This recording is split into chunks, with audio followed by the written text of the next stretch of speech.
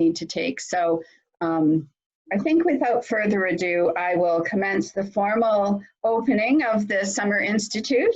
We are really excited this year. We waited actually for this topic because we really felt that it deserved so much focus and attention, and that the maturation of this science, the opportunity to partner with Lancet researchers, the leadership of Dr. Hancock and Maya Gislason, it really puts us in a position where we can, I think, have just a phenomenal conversation over the next 2 days. Many of you will have participated in past summer schools and will appreciate that.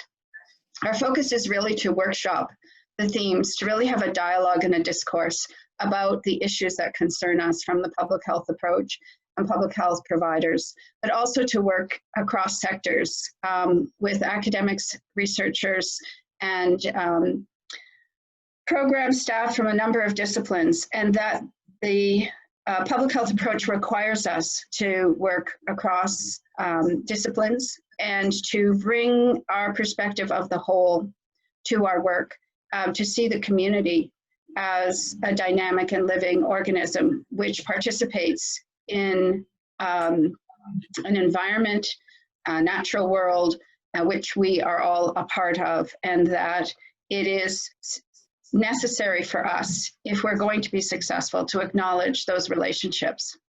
So I'd like to begin by saying that I'm coming to you from the traditional territory of the Lekwungen-speaking people, that is the Esquimalt and Songhees First Nations. However, today we have representatives from many ceded and unceded territories across British Columbia and in fact across Canada. We understand that this institute has participants connecting from across the country, located in traditional and unceded territories of other First Nations, Inuit, Métis, and Acadians that are not explicitly listed in our program. And so we'd like to acknowledge that this country exists on the traditional territories of the First Nations, Inuit, Métis, and Acadians, and we're committed to supporting Indigenous-led reconciliation and revitalization efforts across the country. I would like to say that we feel so blessed to have so much engagement in the summer school this year. And before we go any further, I would like to invite Sandra Martin-Harris to provide us with a traditional welcome. Sandra, we really appreciate your leadership.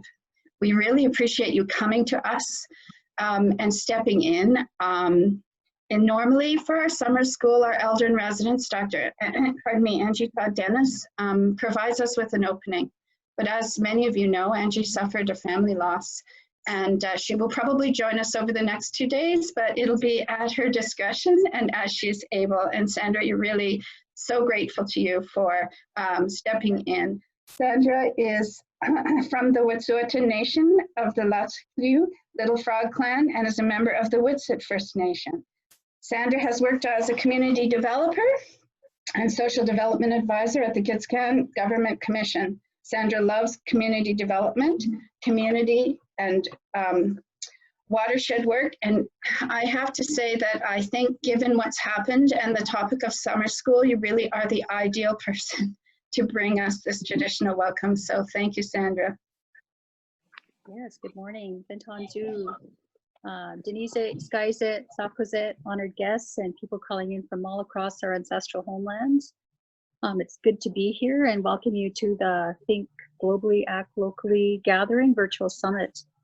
I'm calling in from the Gitxsan Lac-Yip up in Hazelton, BC, and I'd like to welcome you, whether you're in Comox or Haida Gwaii, Tucker River, or Bonaparte, whether you're in from Saging, Flying Fish.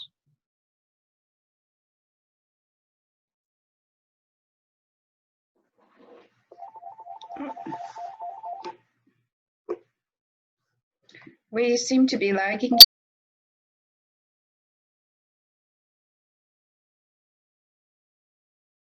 And we think of different and new ways, or maybe old ways, to take care, to walk softly, our elders would say.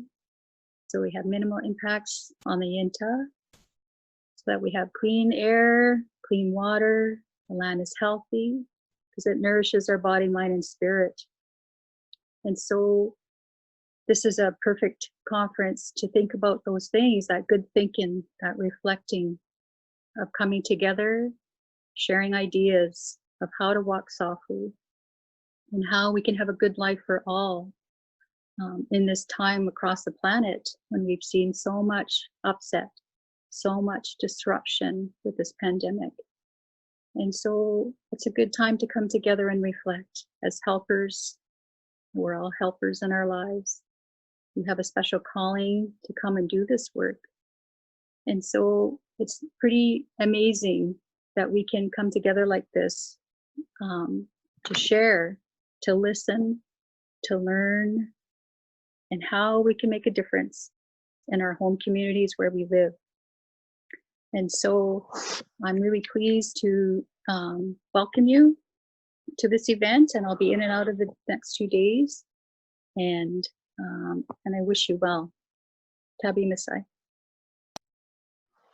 Thanks so much, Sandra. We're really grateful to start our day with such a nice welcome and such a thoughtful reflection on who we are and where we come from and what's possible for us as we collaborate together. So thank you.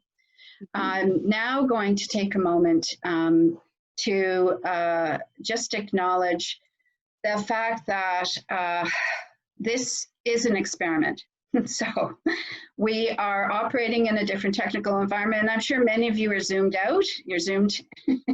You've been zooming around for the last 4 months, and some of you will be quite expert at Zoom. However, we're pushing the envelope a bit with breakout rooms and shared documents and PowerPoint presentations, and this is a very ambitious curriculum. So I ask your permission and that you bear with us. If we do run into difficulties, we will resolve it. We have a full backup platform set up on Blue Dot if we need to transition over there so that we can proceed with the summer school if we run into trouble. But we felt that most people had confidence and experience with Zoom and that we would be able to make this work for us. So if there are momentary glitches, if there are challenges, if there is a bit of lag time, hang in there. We'll get back to you. We got lots of ways forward. And on that note, I'd like to invite Christina to walk us through how we're going to proceed, and also to say that we look forward to your contributions in a variety of ways over the next 2 days. And I think this is going to lead us to the co-creation of a very significant conference and curriculum in November. So Christina, if I could pass it to you. Hi everyone, I'm Christina, the Summer Institute Coordinator this year. It's actually my 4th year doing this, so great to see a lot of familiar faces.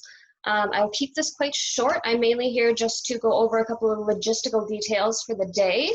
Couple of points to make about the chat feature. All the chat is being automatically saved, as well as all of the sessions are being recorded. When everything is saved, your private chats are no longer private, so please keep all chats related to the summer school and respectful of other people's ideas and perspectives. I will also note I sent an email yesterday to everybody regarding the breakout room sessions. Because of the limitations of this technology, we cannot allow you to choose your breakout session, so I need to pre-assign you to the breakout session. I've sent the email around with the choices. You have the information package. If you have not already sent me your choices, please send it to me in a private chat. Please also send me your second choices, as quite a few of them are getting close to filling out. And please keep your microphone on mute as much as you can unless you're speaking. And if you do have to step away from the meeting at any time, if possible, do not close the meeting. Just mute your microphone, turn off your video, and turn off your audio if needed. If you do have to leave, please also send me a message and I will keep an eye out for when you come back and admit you into the rooms as soon as possible. If you're able to come about at least 5 minutes before the next session that you're going to be entering into, that would be very helpful as well if I need to put you into a breakout room. I believe I have everything covered on the logistical side, so I am going to pass it back to Shannon to introduce our co-chairs. So yeah. Thank you, Christina. Thank you so much. It is, this scientific program committee was so dynamic and so engaged, and we at PHABC, and I know the other public health associations that are engaged in this institute and its programming are very, very grateful. The level, leadership, and the faculty that have emerged from Dr. Caro, Dr. Homer Dixon, Dr. Wanda Martin, it is really remarkable, and I feel like we're going to be able to fully explore this topic from a variety of perspectives, which will lead us into quite a deep conversation, both for our Summer Institute, but also for our fall conference. So let me begin by introducing Maya Gislason, who I met last year as a result of the Lancet publication with respect to climate change and health. Dr. Gislason brings us, her profile is in the program, but I want to say a couple of things about Maya as a human being and as a partner and colleague in this work, because many of you know our co-chairs from what they've contributed. But what I would like to share with you is the personal strength and character of our co-chairs that I've experienced in partnering with them. And this is because I think it's very important for us to bring our whole selves to the work we do and to be authentic in our engagement. And by doing and sharing my experience of both Trevor and Maya, I hope to establish a foundation for discourse in this Summer Institute, which is fulsome in the same way that we need our relationship to Earth to be fulsome, to be connected to our spirit. So Maya came into this graciously, gracefully, helpfully. She brought a focus on equity. She brought a focus on mental health and health promotion. She brought incredible expertise around climate change. She brought her compassionate self to collaborate and work in a very honoring way with everyone else on the committee. And so I really want to acknowledge you, Maya, for your purposeful contributions, for your flexibility, and for the way that you helped embed the full nature, our full spirits into this conversation, and really to also stress that your concern for vulnerable populations and youth was evident throughout all of our discourse, and I'm very grateful to you. It's my privilege to introduce Trevor Hancock, Dr. Trevor Hancock. He doesn't like to be called Dr. Trevor Hancock, but he is a doctor, and he's a medical doctor. And I think that training, in a way, really reflects in his systemic view of the world. Trevor has been, and many of you know, a champion of our collective ambitions for a healthier planet. He has, I think, got a commitment to service that is extraordinary. He has a brilliant intellect. He is agile in his deliberations. And I feel like this curriculum has arisen from years and years of investigation, service, and research, and that it is as fulsome as possible because Trevor examines all aspects of what happens in the natural world. And I can't think of a more noble soul, really. I thank you so much, Trevor, for all you've done to bring us to this point and for what is coming. And I know that we have had great expectations for the Summer Institute arising from the joint passion you and Maya bring. But I'm excited about what today is going to offer us and what we can do tomorrow. And I thank you for the wholeness of your commitment to Mother Earth and to public health and to healthy communities. And it's a lifetime of service we're benefiting from. So thank you so much. So without further ado, let me pass it over to Trevor and Maya to open our event. Thank you. Thank you, Shannon. If I wasn't blushing before, I am now.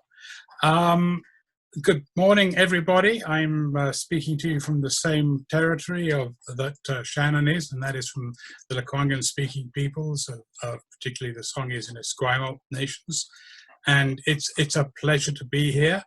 I'm going to jump right into a couple of things. My first job is to give you a very quick overview of what we're doing, and you will have seen the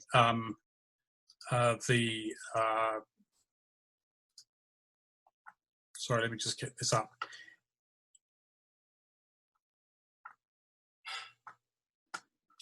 Well, just while we wait for that to come up, because sometimes it takes a moment, you will have seen the overall program. And that overall program, can I just check? I don't think you're seeing anything yet.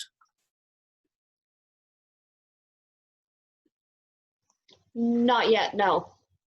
Okay, well, that's a bit of a problem.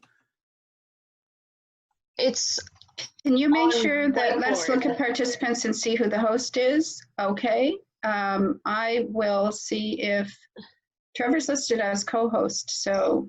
It is screen sharing the whiteboard right now, not an application. Oh, how odd. Okay, let me just see where that is. I've not had that problem before. My apologies, folks.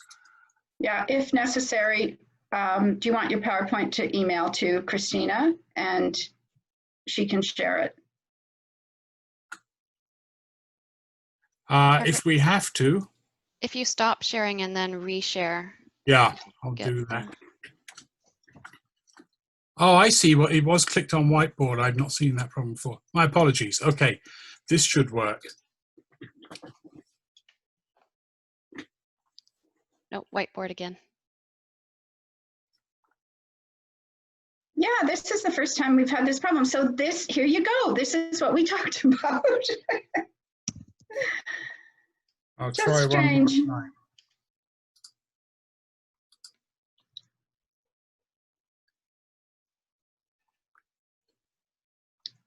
Have a sip of coffee. There we go. Is that sharing? Good. Yes. Okay, sorry about that. Here we go. So just very quickly, I'll give you a quick overview of the Institute and then take us into our opening plenary. So the theme, as you see, is think globally, act locally, and day one is all about thinking globally. So we're thinking about the planet, and then we're thinking about some big pieces around how cultural transformation, cultural change, societal transformation happens in the afternoon. Day two is the act locally focus, and so we have a focus on healthy communities and one planet communities in the morning, and then we're going to break into regional groups to talk about what we can do locally. So this is the plan for this morning, and in a moment we'll move to the plenary, and then we're going to break out into 6 areas that focus on different aspects of global ecological change. So climate change, the One Health approach, the sustainability of agri-food systems, pollution and ecotoxicity, mental health and climate change, and watersheds and health. And then in the afternoon, we're going to be breaking out, we're going to have a session from Dr. Thomas Homer Dixon about societal change, and it'll probably be more of a dialogue between him and myself. He'll present, and then we'll have some discussion, and then we'll involve all of you. And then different aspects of societal change, so indigenous approaches, issues around legal rights, rights to nature, feminist approaches to change, faith and spiritual approaches, issues of reverence for nature, ecological economics, social justice issues. And for those of you who are particularly interested in the new Cascade Institute that Dr. Homer Dixon has just established, there'll be an opportunity to have a more in-depth discussion with him. I'm not going to talk about day 2 details. Just to remind you, in the breakout sessions, while we have people that are called speakers, they're not actually going to be making a long presentation. They're going to lay out some main issues in the first 5 to 7 minutes, and you may want to be sure to keep them to that. Then there's opportunity for questions and clarifications, and really some discussion around the question, which varies a bit from session to session. The first one is what are the key implications for public health action? And then we'll want the group in the final 5 minutes to summarize the top 3 to 5 points. There'll be a volunteer in the room who will be running a Word file on screen so you can see that. and then we will be taking that away back to the plenary session. So with that, I am going to step out of this presentation and step into the main plenary presentation. So there are 3 speakers this morning. I am going to talk about the Anthropocene and what it is and some of its public health implications quite rapidly.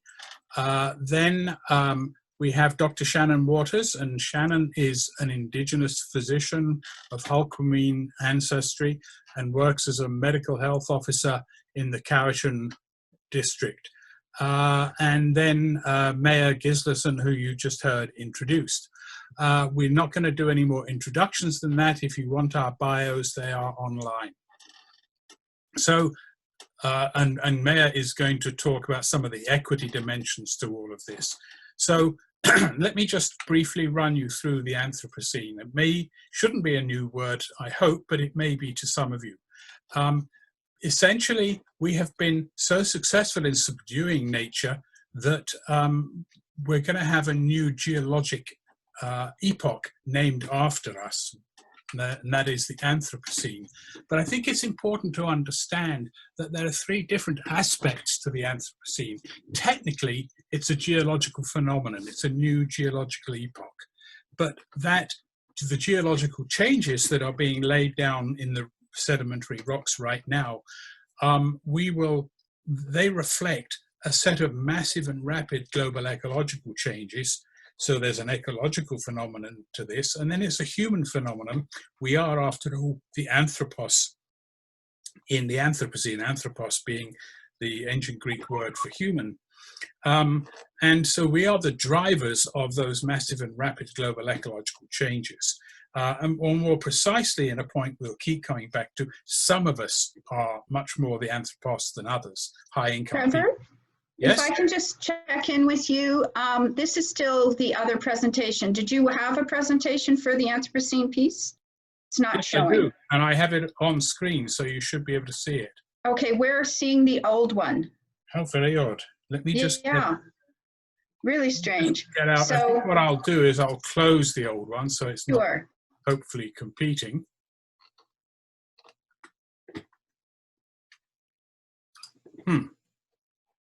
Then just maybe reshare your screen again with the new one. Share. Yeah. Thank you. I was wondering about that, but then I thought, well, it's just the overview. Now you should be able to see it. Beautiful. Thank you. Is that there? That's there. Thank you so much. Okay, it didn't show up as being a problem on my end. Very odd. We lives and we learns, folks. So just to go back, I was saying it is a geological and ecological and a human phenomenon. Geologically, it's reflected by new layers that we're laying down that contain human artifacts, in essence, things like pure aluminum, glass, plastic, concrete, much increased levels of carbon dioxide, nitrogen fertilizers. We've doubled the nitrogen flow roughly in the planet, persistent organic pollutants, radioactive particles, and very importantly, we've changed fossil assemblages. So if you come back in a million years' time and look at the fossils, you will see that wild species have virtually disappeared as fossils, that instead we have a third of all land vertebrates are now human, and 2/3 are our domesticated species, roughly. So I think that's a very powerful indication of the changes we are wreaking. And in fact, in May of last year, the Anthropocene Working Group of something called the International Commission on Stratigraphy voted to treat the Anthropocene as a new epoch with, importantly, a base around the mid-20th century of the Common Era, so 70 years ago, roughly, which happens to be just my lifetime. The second point about the Anthropocene is it's a broad ecological phenomenon. It's much more than climate change. We do tend to focus on climate change, but there's much more to this than climate change. There's also ocean acidification, ozone layer depletion, resource depletion, pollution, ecotoxicity as a sort of subset of that, the buildup of persistent organic pollutants in all of us, and ultimately species extinctions. So these are some of the phenomena that we are having to deal with, and they're all happening at the same time. And you're very familiar with climate change and these sorts of charts of things like surface temperature, CO2 emissions, Arctic summer, sea ice, global average sea level change, things we've become very familiar with. What we're perhaps less familiar with is some of these other key indicators. So our ecological footprint globally now exceeds the planet's biocapacity. We're about 1.7 planets worth annually now. The Living Planet Index, which measures populations of vertebrates, has declined 60% since 1970.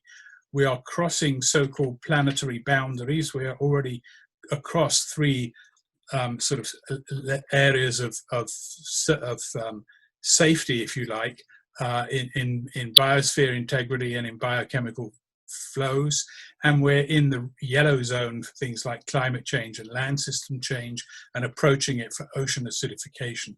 So we're crossing boundaries, and all of this is happening very quickly. The dotted lines you see on each little chart on the right are 1950, and you can see for a whole variety of different Earth systems how much things have kicked up in just the last 70 years. So we are the anthropos in the Anthropocene. We are driving this. This is what makes it a social or human phenomenon. So this is the same sort of set of charts, but this is looking now at social system trends. And you can see things like the massive kick up in real GDP, primary energy use, water use, large dams, and so on. Again, since roughly 1950, which is what that dotted line is. So this is both the scale and the rapidity, and that is the challenge. It is the scale of this change and the rapidity of this change that is important. But as I said earlier, we may be the anthropos in the Anthropocene, but who is we? Well, in very simple terms,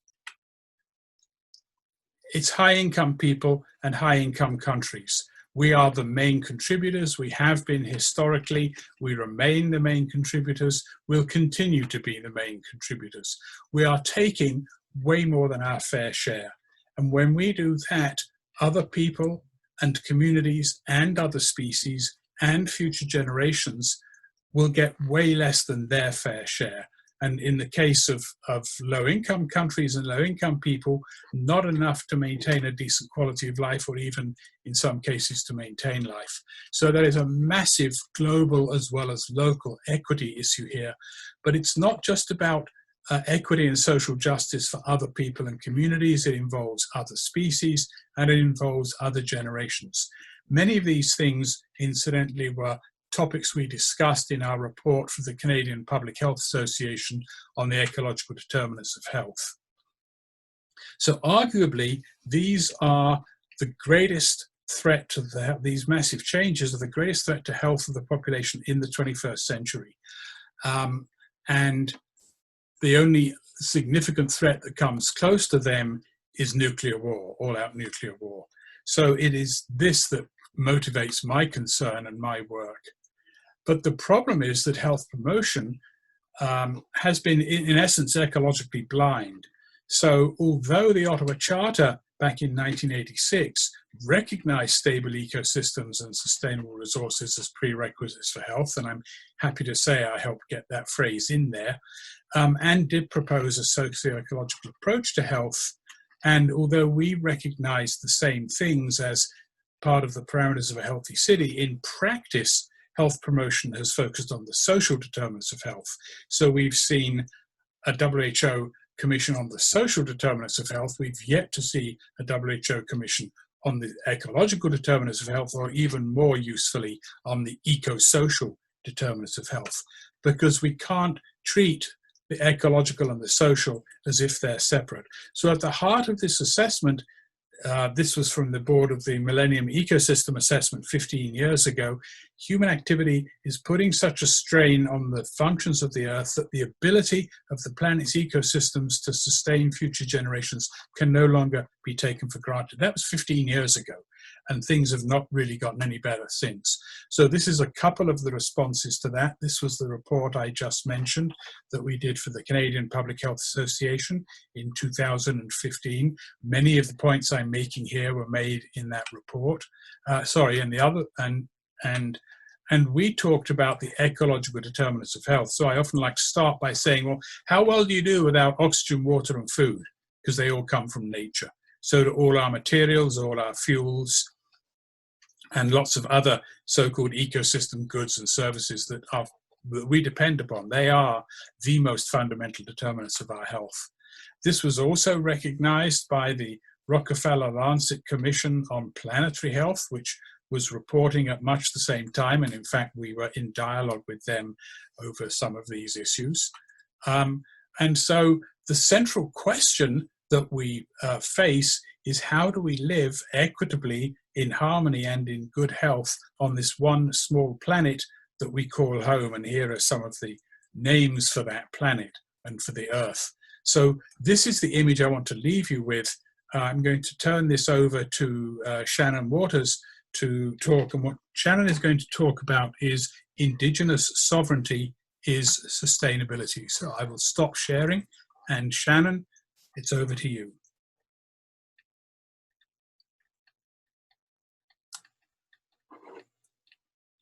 Shannon, you have to unmute.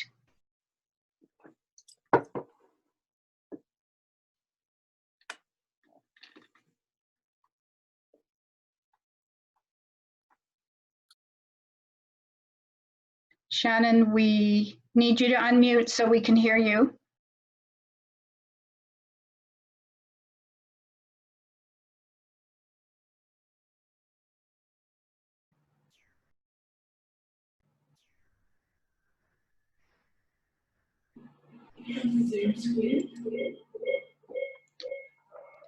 If your telephone is near your laptop, it'll cause a feedback, an echo. Hey, We can hear you now. Wonderful, yes. Okay, I was trying.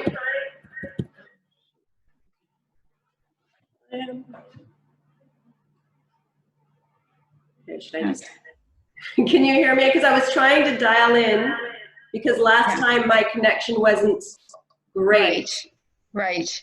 I appreciate that. It may be that we have to be limited to your computer audio because of the feedback on the phone. But Shannon, we so appreciate you jumping through these hoops for us. So I'll be quiet now. Your screen share is on, and we'll see how we do.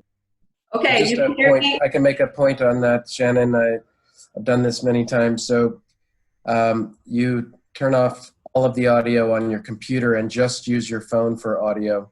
Then there won't be any feedback. Okay. Do people hear on the computer, no mic? Do people hear feedback right now? No? No, you're good. Okay, thanks. All right, so yeah, thank you, Trevor, and thank you, Heitschka, for setting the tone for this important day and for what mine I will share with you guys here in the opening plenary. So as Trevor mentioned, I want to speak around a specific bend in the way I approach this type of work around Indigenous sovereignty. And I want to start off by acknowledging that here today I am presenting from the traditional territory of the Cowichan people. I want to acknowledge that I am an Indigenous physician, as I said, within a wide spectrum of Indigenous health systems that have existed since time immemorial, and everything I share with you here today builds on those systems that have lived with me. And I also just really want to acknowledge all the people who are here in this Zoom room and the excitement, enthusiasm, and potential that we all hold collectively. So I'm going to the next slide. I'm Swedish. Oh, okay, Shannon, sorry to interrupt. We are getting some feedback. Some people are reporting that. So I think we'll switch from the computer to the dial-in if we may. that if you turn off your computer, sorry, so sorry. I know you were trying to do that at the beginning. It seemed like we dealt with the feedback problem, but I think Tim's suggestion is probably the one we're going to need to go with. So You don't need to turn the video of your computer off. You just not need the to video, just the mute, just the microphone. Okay, I am going to have to dial in again because I dialed out. Okay. So hang on here. Yeah, we can take a moment. Give you the time you need. It's pretty flexible in the sense that we don't have to get out of a room at a certain time, so that's good. Well, and we have a half hour for the break, partly so we've got a bit of a cushion there. Yeah. I will also note everybody that is signed in with their audio over a phone. When I connect you to a breakout room, I need to connect your video and your phone number to the same breakout room or you won't be able to participate. So if you have connected via audio, please send me a quick email with the phone number you've connected through. And so that way I can make sure that you are in the correct breakout room. Enter your participant ID followed by pound. Otherwise, please enter the meeting password followed by pound. You are in the meeting now. There are more than 150 participants in the meeting. This meeting is being recorded.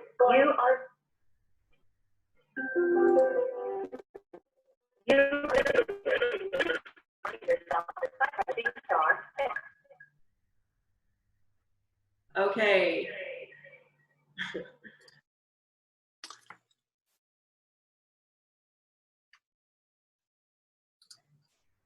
And I'm still hearing feedback, so I'm not sure what to do.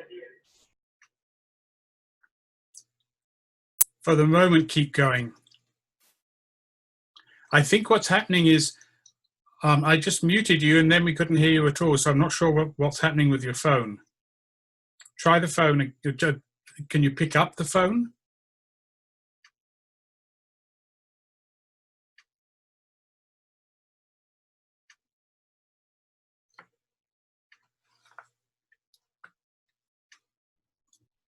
I think Shannon's phone number needs to be let into the system. She said she's just tuned in, so somebody needs to let that phone number come in so that we can hear the phone. And then Shannon, what you'll be able to do is you'll just be able to use the phone for audio. So we're nearly there. Yeah, I did admit her right away. But I know that if the audio on the computer is still on, we will have feedback. Just means turning down the volume and muting on the computer. Oh dear. No. Okay. So Shannon, that's not working. We're going to probably need to come up with another solution for you. So I'm going to suggest that Maya go ahead and in the meantime, Christina can work with you, Shannon, offline to figure out our challenge. Steve is saying something about microphones. But anyway, I do appreciate your flexibility and efforts at trying to make this work, Shannon, and we will come back to you shortly. So Maya, Dr. Maya, would you please proceed with the screen share for your section while we work with Shannon separately? Thank you. Shannon needs to stop screen sharing for that to work. Yeah. Yes, I can. So. Shannon, can you stop screen sharing? Shannon Waters, Dr. Waters. Thank you. Okay, Dr. Maya. Thank you. I'm trying to do that. So it just says host disabled participant screen sharing. So I think that might need to come on. So what I want to do while we're bringing the slide up is just bring us to think about equity issues, and actually what Shannon will share, and in a way it's perfect that she's going to finish us off in terms of her presentation, is really getting us to think about this notion of Indigenous sovereignty as sustainability. So I'm going to be thinking about that in this talk. So I'm going to first want to just acknowledge that I'm here on unceded Coast Salish territory as an uninvited guest. And I am honored to be here and honored to be with all of you in this incredible place of trying to do the thinking together that we are trying to do. So I know that the screen sharing isn't coming up yet, but I'm gonna just keep going. So one of the first things that I want to do with my presentation is to talk a little bit about this notion of the untenability of our situation right now. So we have a situation where we are at this moment, as Trevor was describing, where we have arrived at this place where we are at ecological tipping points, and where we are also at social tipping points. And so it's quite a powerful thing to be in this moment and to not be able to move forward without really reconciling another way of knowing and being in the world. And we've arrived here through certain kinds of values and practices, those that are extractionist, those are exploitative, where greed is foregrounded.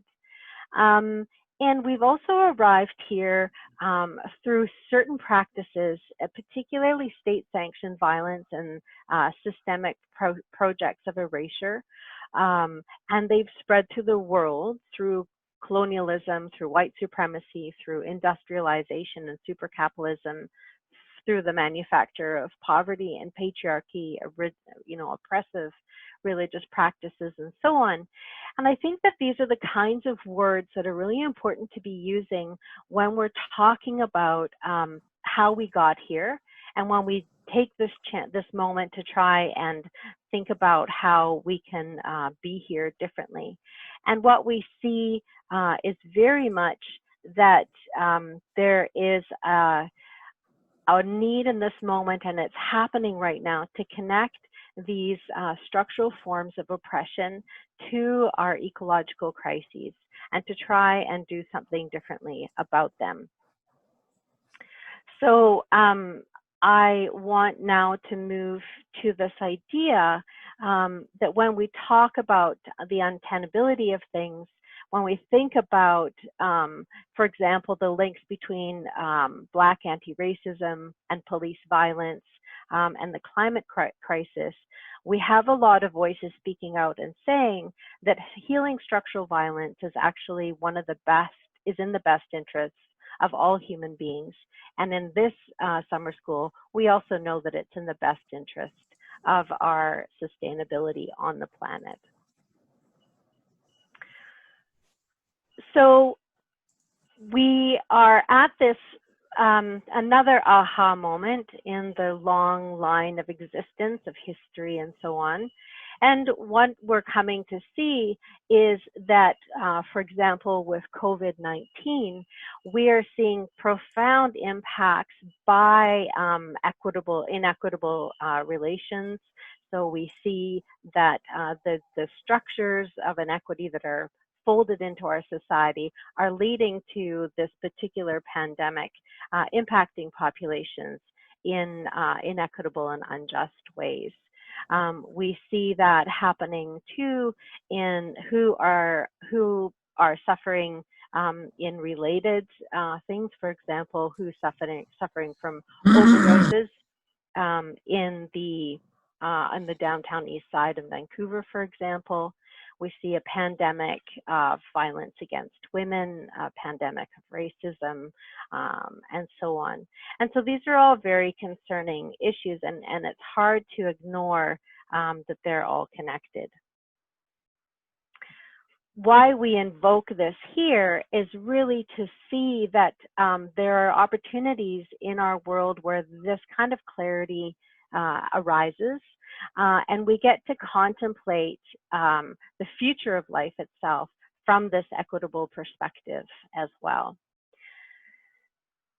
And we also, and Shannon is going to talk about this, are dealing with these issues in a moment, in a history, in fact, where the voices of people, of systems of government that have sought sustainability, these harmonious and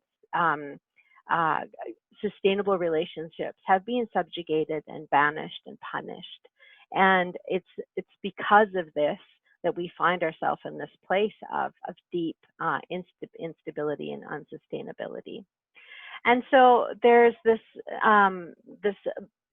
this idea, this saying that I'm sure you've heard many times, that is that the real revolution starts at learning. And if you're not angry, then you're not paying attention. And I think that we can, I actually want to invite us to sort of situate ourselves in this kind of thinking as we enter into our work together in this Summer Institute. So one way forward, and it's a way forward that's being talked about a lot by many people on this Zoom environment that we've created this morning, even though we don't have sound and PowerPoints and so on, but here we are, and we're doing this thinking together. And that's that one way forward is to do things, to do better things in better ways. And I want to introduce into this space this notion of deep equity that we've been thinking about in the realm of the Anthropocene, of planetary health, and so on. And that's this notion of needing to pay attention not only to equity in terms of interspecies equity in terms of intergenerational equity, and equity in terms of people's relationship to the planet. And when Shannon talks, she's going to talk, as I said, about Indigenous sovereignty and sustainability. And I think that this is a really powerful way to think about how we move forward and think about these deep equity principles from a Western point of view, but that are celebratory and acknowledging and deferent to deep Indigenous ways of being and knowing and governing and practicing on the planet.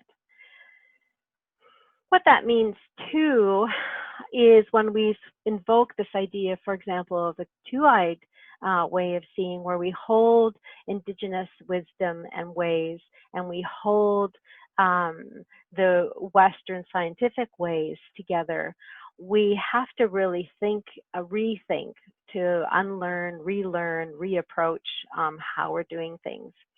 And when we talk about equity and even justice, sometimes these terms can be a little bit, they can both be inspiring and create spaces of hope, but they can also be painful because under the terms of equity and justice, many harms have actually happened as well. And so partly what I want us to do is invoke and think about and hold that in our minds as well. And in this instance, I'm thinking, for example, of environmental justice movements that have been actually very sexist, have been homophobic and so on, or feminist movements that have been white supremacist, or anti-racist movements that have also had this sort of patriarchal line running through it. And then this ongoing way of achieving colonial actions that is just completely violent and dismissive of Indigenous peoples. And so we need to kind of work with and sit with that discomfort and that grief, but I also would suggest to us not to throw away the work, but to really thoughtfully choose from the tools we have, the ways of thinking we have, and bring them together in a thoughtful way. And so then we have to think about what are our tools. And when I share my slides with you, you'll see some of these images that are helpful for us. And one of the ideas is to just imagine when we look at the world contoured by threats and challenges, for example, when we look at what happens when we have principles of business as usual, basically principles of exclusion and practices of exclusion, where people are excluded, where states are excluded, where populations are excluded, we arrive at a certain sort of state of being. But if we take even a principle of inclusion and we practice that, we begin to have different governance systems, different security systems, different ways of having livelihood, of imagining welfare, of accessing and creating justice and restitution, and so on. So it becomes a very powerful thing.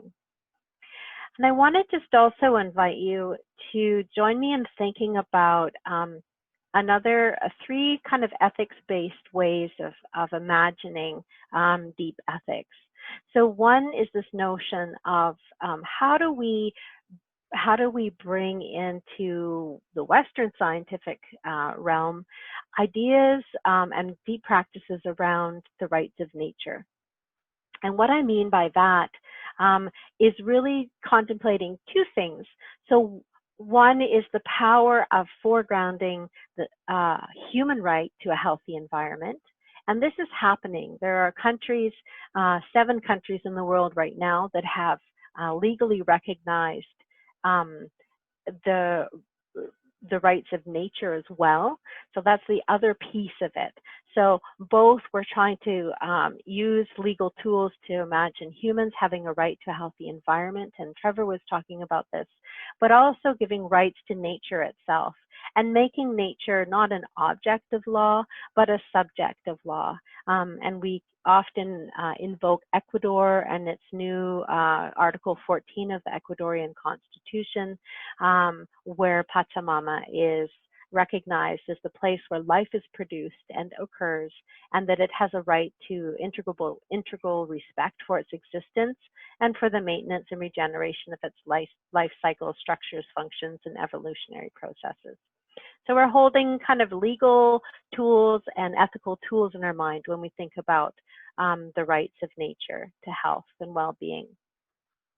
And again, in my slides, when I share them with you, I give you a sense of where in the world and to what degree procedural rights, substantive procedural rights, government duties, personal duties, and so on are being described and enshrined in practice that are giving people like us who want to make change some good toothy tools to work with.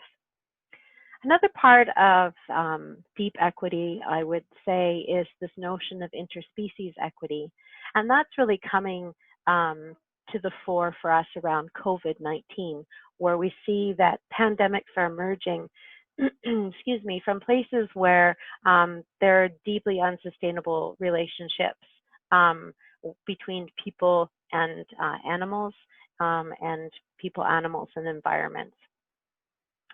And we can take a spin around the planet and understand that in so many ways, whether it's legal, moral, ethical, practical, and also realize there are different ways, profoundly different ways of being in relationship with animals on the planet. And those are very much, again, embodied in Indigenous ways of knowing and being. So we have to, again, recall that on our Western frameworks and our Western business as usual approaches, government approaches, and governance processes, we don't really get it right all the time. And we have to learn from other frameworks and strategies. I also want to just offer to us this notion of intergenerational equity. And if we look at different models of health and wellness. For example, if we try and imagine in our minds the image of health and wellness offered by the First Nations Health Authority, we see that health and wellness comes within the relationship between the environment, the social world, the cultural world, economics, in a writ large way, where we have family and land and community and nation connection, where we bring together mind and body and spirit and so on to begin to be centering our notion of what health and wellness is. In the Western way, we are trying to move ahead on intergenerationally informed ways of imagining equity. And we have countries that are taking action on this. For example, Wales in 2015 passed a bill that's about the well-being of future generations. And so there's an accountability to that. And we see those movements happening also in Bolivia, Ecuador, Norway, South Africa, and so on. Finland, Israel, many countries are actually trying to create some mechanisms where successive generations can have a meaningful say in shaping and reshaping public policy. And if we look at Canada, we're lagging behind many other nations in developing and implementing policies that are created to benefit younger, older, and future generations equally. And so the last tool or idea that I want to invite you to hold and carry with you through the Summer Institute is this notion of sustainability. And sustainability is fraught as well. We know that. But it is also a tool that I think we can think about. And when we look at the Sustainable Development Goals in the Agenda 2013, we can tease out where equity sits within these and use them purposefully and intentionally as tools, both critiquing them, but also using them to move the dial. And then when we look to Indigenous notions, for example, of resilience and leadership, we see that the separation between humans and animals and the environment, the land, is just not there. That's not even part of the worldview. And that's something for us in kind of Western trained frameworks to think about. And in my slides, you'll also see there's ways of thinking about parameters and scope in terms of what are the frameworks within which equitable sustainability can occur, and how we get there, and how we balance thinking about social and ecological systems in order to do this kind of co-developing of integrated social ecological systems as a framework for working in these sort of UN international sphere spaces. So there are many opportunities for innovation in this space. And together, I think we can really harness them. And one thing I want to also invite us to think about as a tool, the last one, is that we have part of the organizing committee who's been working on this summer school is bringing forward to us the National Collaborating Center for Determinants of Health, Common Agenda for Public Health Action on Health Equity. And this is a purposeful tool that is trying to encourage action to improve health for all, and to think about how we do that, how we build that momentum, how we improve health equity in that Canadian context. And so we'll be thinking back to that agenda and some of those frameworks within the Summer Institute. So from my part of our introductory remarks, I'm leaving you with a guiding question, which is asking you to think about how do we reorient to human-nature relations, and how does that enable a shift for us to move to more sustainable and equitable trajectories of development and moving forward. And there are other ways of asking that question. And so I invite you also to reframe that question, to reflect the language that works for you and the orientations that work for you. But thank you very much for this opportunity to share these thoughts with you. Thanks so much, Maya, and very much appreciate your flexibility. We will post your slides over the break. I think it was a matter of you sharing your screen to get them up, but we'll figure that out while people are on break, and then they'll be available. And we'll also be able to circle back, but what a brilliant job in spite of having them not visible for everyone. So thank you. I know we're supposed to go to break now, but I would really appreciate if everyone could provide us with a little more time so that Dr. Waters can complete her presentation. I was still looking forward to it. And so I'm going to suggest that we move over to Dr. Waters and that you share your screen again, Dr. Waters, and carry on rejoicing. Oh, and you have to unmute.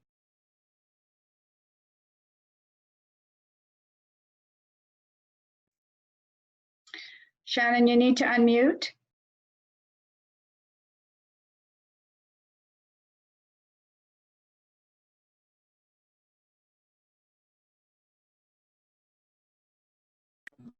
Okay.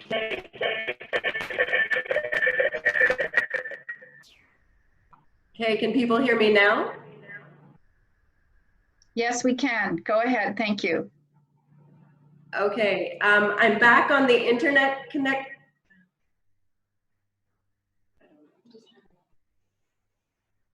Okay, so please give me a thumbs up if you guys can hear me fine. Okay. So yeah, I was saying earlier that I'm someone of mixed blood. So I'm Coast-Salish on my mother's side and Swedish, Hungarian, and Scottish on my father's side. So I spend a lot of my work, my life, looking at ways from differing worldviews. And what you can see here on the left is a depiction from a Western worldview of what Trevor Hancock explained this morning around the Anthropocene. So you can see different geologic ages, and at the top is depicted the Anthropocene with humans. And on the right, you can see what Maya had just referenced, the First Nations Health Authority model on well-being that has been shared over the last number of years. And I just want to point out some of the differences here in that on the left and Western connotations, there's sometimes a lot of distinctions. You don't see blending of the colors. There's lines. Within the left, there's no hierarchy. There's blending of the colors, which is very specific. And that's really, I think, to emphasize connections and relationship. And you can see human beings at the top versus human beings within the center and surrounding within the depiction on the right. And this is really showing, you know, where we situate ourselves as human beings, I think sometimes within these different perspectives. So on a much shorter time frame than a geologic time frame. Oh no, my slides aren't too fancy here. But is still great significance to our discussion today is some international laws that I'm just highlighting here and national laws. And these are a key factor, I think, in accelerating the Anthropocene that Trevor had talked about earlier. And these are all laws that basically worked to remove people from the relationship to their land and the environment. So one of the most significant is the Doctrine of Discovery in 1493, which basically stipulated the land was empty because Indigenous peoples as non-Christians were not human. We have the Royal Proclamation in 1763, which set the relationship between Indigenous peoples and the Crown here in this country. That was brought into what we now know as Canada with the British North American Act in 1867. And in 1876, the Indian Act had very specific parts which separated us as Indigenous peoples from our lands. Now, all these Western laws are the determinants that help to create and continue to, in fact, reinforce the foundation of the web of being for Indigenous peoples. They were acts of colonialism on the bottom that separated us from our land resources, which is depicted on the right, and really undermined our ability for self-determination. And as a physician, I'm a medical physician working in Indigenous health. I often would be working in areas where we had, you know, less positive outcomes as Indigenous peoples. And these three fundamental determinants are so key to that, and where I've ultimately determined to dedicate my work, we're moving from a family physician to a public health and preventative medicine physician. But I also want to say that within our lifetimes, there has also been tremendous work within this country and around the world to illuminate how the relationships between people and the land needs to be restored and supported. So we have the Royal Commission on Aboriginal Peoples in 1996. More recently, the Truth and Reconciliation Report here in Canada, which had recommendations. And though it came out in 2007, it wasn't until 2016 that Canada recognized the United Nations Declaration on the Rights of Indigenous Peoples. And I think one of the most exciting things to happen in you know, my lifetime is what happened last year here in BC, the Declaration on the Rights of Indigenous Peoples Act. So my relationship as an Indigenous woman with the honor and privilege and challenge of being what is called the medical health officer in my home territory is what I'll share with you just in closing off. So for some of you who might not know, a medical health officer holds a specific role in protecting the health of a population, and I also see that as the health of the land within the area that I serve. So this is a depiction of my home territory, Halk'Miknum territory, and a number of nations within this territory came together to bring together this map of our traditional land uses. And I would say this is a map of our relationships between our people and the land within my territory. Now that work and that map was put together by Halk'Miknum Treaty Group. Some of the leaders who helped bring that forward are pictured here, and this has been around for over 27 years. And there was a great deal of work to look at how we could look at treaty, our relationship to the land within our territory. And one of the key things that came out was that the Halk'Miknum people should benefit from and have a meaningful say on 100% of the territory that belonged to our ancestors. And I want to acknowledge that Maya spoke about meaningful say in her presentation just now. And I also really want to bring forward why would that why would that wording be used in treaty, and why would we talk about getting to 100%?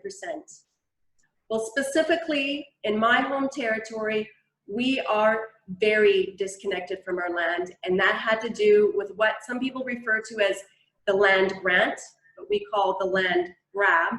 And this happened in the late 1880s when the railway was being built across Vancouver Island, which was part of, you know, the bringing of rail lines all across this country.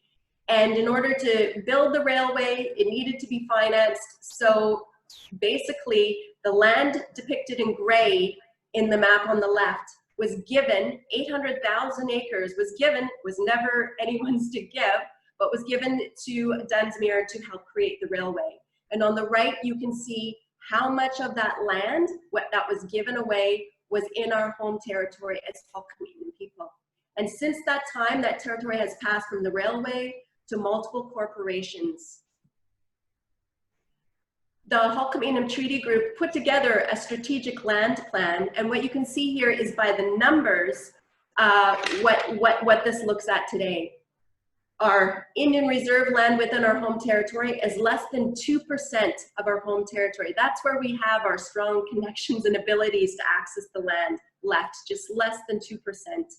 You can see that Crown lands are 14%. Those are really the only lands that are up for treaty negotiation. And nearly 60% of the land in our territory is in private land holdings with forestry companies, West Timberlands now being part of Mosaic.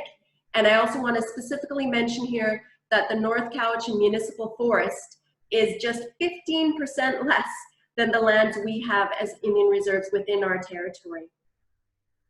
So what Halk'Miknum Treaty Group really wanted to do was look at securing co-management agreements with other levels of government to give us as Halk'Miknum people decision-making authority over lands and resources, or access to resources outside of our Indian reserved holdings. And why I think that's significant, because we wanted that decision-making authority.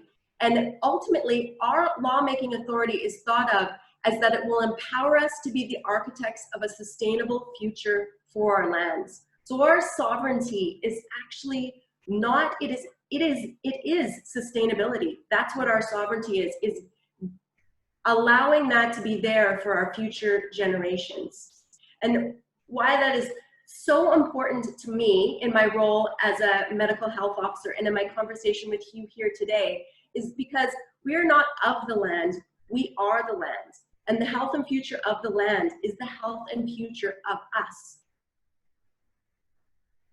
One example of meaningful say within the Hancock territory is the Cowichan Watershed Board. And I have the honor, privilege, and challenge of being a member on that watershed board.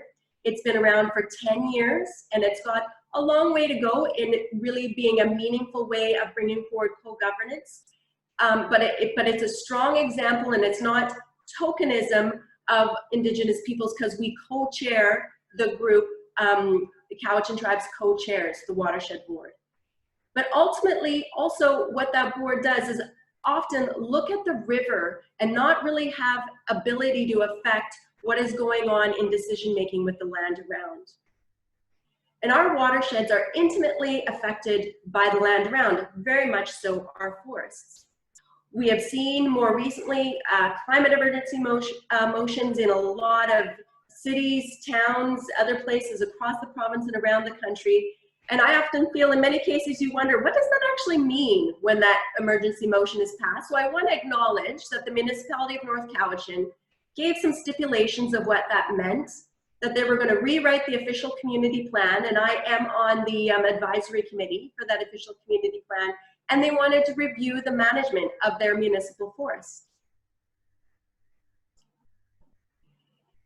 And why I think it's so significant bringing together these concepts around Indigenous sovereignty and where we're at in terms of the climate and all the other aspects of the Anthropocene that Trevor talked about is that something that was that came out last year that the UN highlighted, saying that Indigenous sovereignty could save the planet.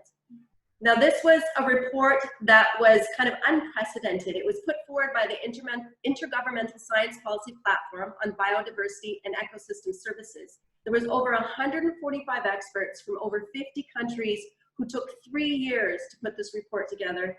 And from here in BC, we had Kai Chan at the UBC Institute for Resource, Environment and Sustainability at UBC. What I really want to highlight is this report came to the conclusion that in lands traditionally owned, managed, used, or occupied by Indigenous peoples, nature is declining rapidly.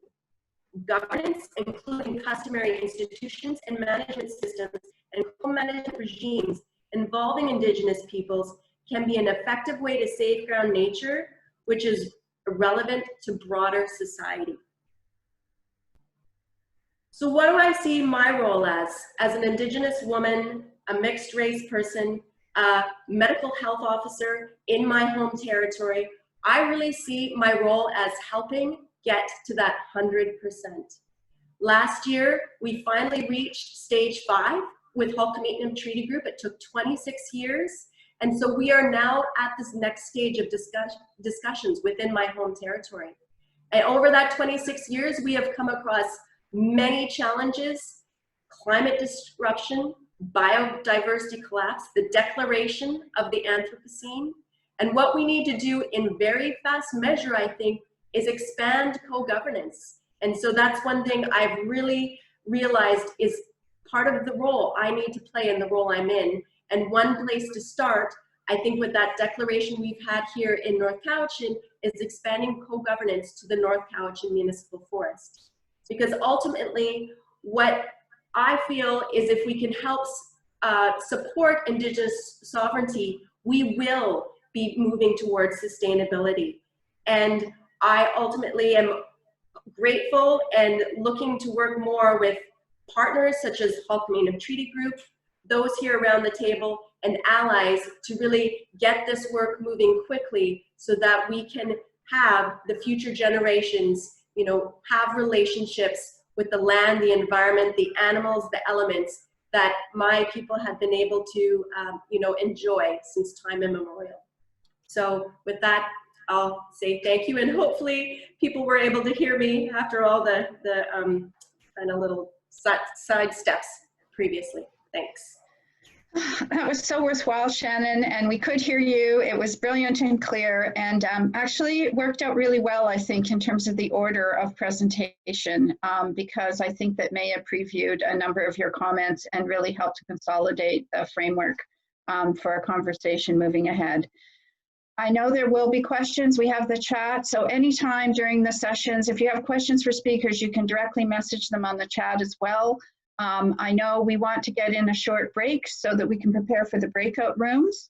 So we have 15 minutes for a break, so you can fill up your teacup and make sure you've acknowledged which breakout you want to go to our moderator.